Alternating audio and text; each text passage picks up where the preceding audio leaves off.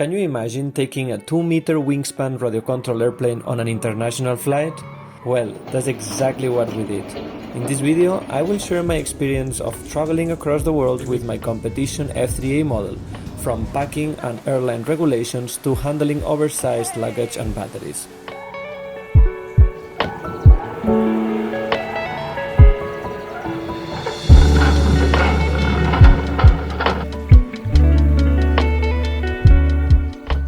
So the first question would be, why would you travel with an F3A airplane? For F3A competitions, flying with your own airplane is essential. In some international competitions, I have personally flown planes from others or built specifically for myself. But in this case, we are preparing for the F3A World Championship, and first, it is not allowed to share, and second, you want to ensure maximum performance and familiarity with your setup.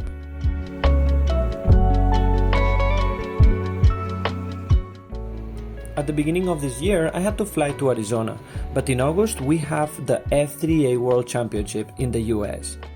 Welcome, Arizona Model Aviation. This trip was a great opportunity to travel without the pressure of the competition, giving me time to bring one of my favorite models from BJ Craft already to the US, and also enjoy flying in one of the best winter conditions you can find in the world during these dates. To travel with your airplane, the only option is to use a box. You can ship it as cargo through different shipping companies or fly with it on your regular international flight as luggage. Airlines have size limitations, but for F3A, we normally fall under the limit. As you can imagine, it is important to build the box strong enough to withstand handling from airport personnel while keeping it as light as possible to avoid overweight fees. Ahí está la caja tumbada y con cosas encima ya.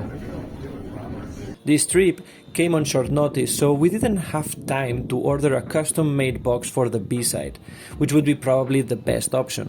While such options exist, of course, they are expensive and it takes some time to receive it. So instead, with the help of my father, we decided to just reinforce the BJ Craft box the model came in. We repaired the scratches from the previous trip. We glued and screwed aluminum profiles and corner reinforcements to strengthen the edges, and made it easy to open and close. To protect the inside, I used the thin covers that BJ Craft provides, as it was so tight that I had to take my Reebok covers in my suitcase.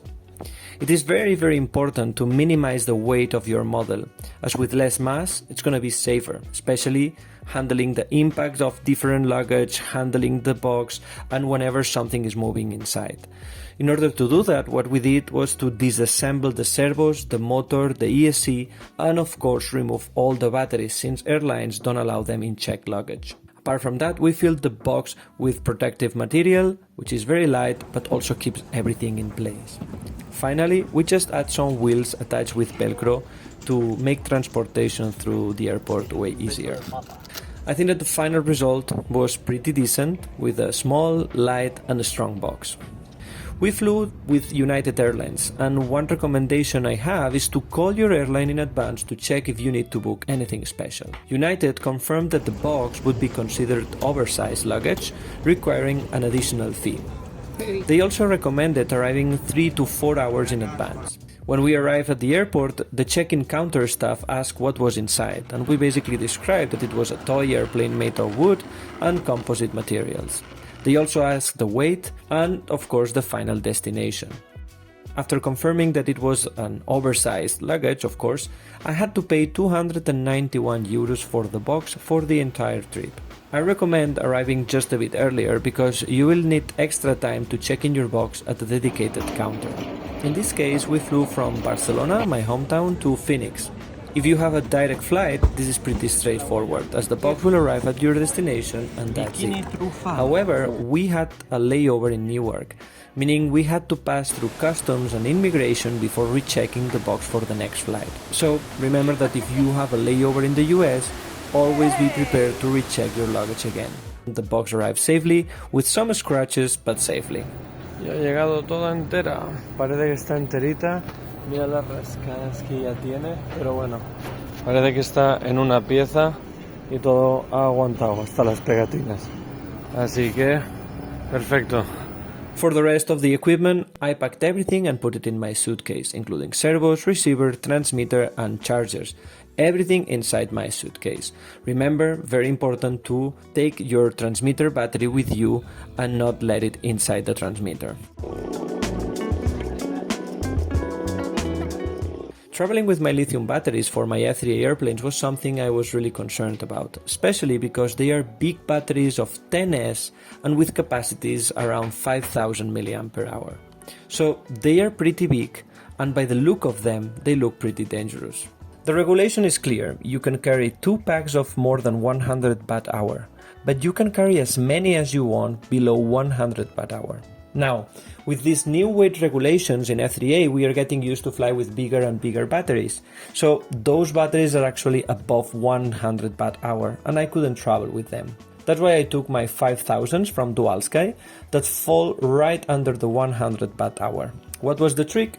They are separated in 2. So what you can do is travel with packs of 5S of 5000 mAh, and then it is allowed. Another recommendation is that you isolate the connectors and transport them in a safe place where they cannot be damaged. So what I did is to separate my packs in 2. I isolated the connectors using electric tape, and I put them inside a LipoSafe bag. So traveling with an F3A can be challenging, and as I have heard so many bad stories, seems like it also depends on luck. But try to reinforce your box the best you can, disassemble everything to reduce the weight of your model, and go to the airport with some time to take it easy. I hope this video can be useful for anyone traveling soon with an RC plane, and especially for all my colleagues that will participate in the next F3A World Championship, that they will have to pass through these struggles. So the best of luck, safe flights, and that the box arrive perfect to the United States.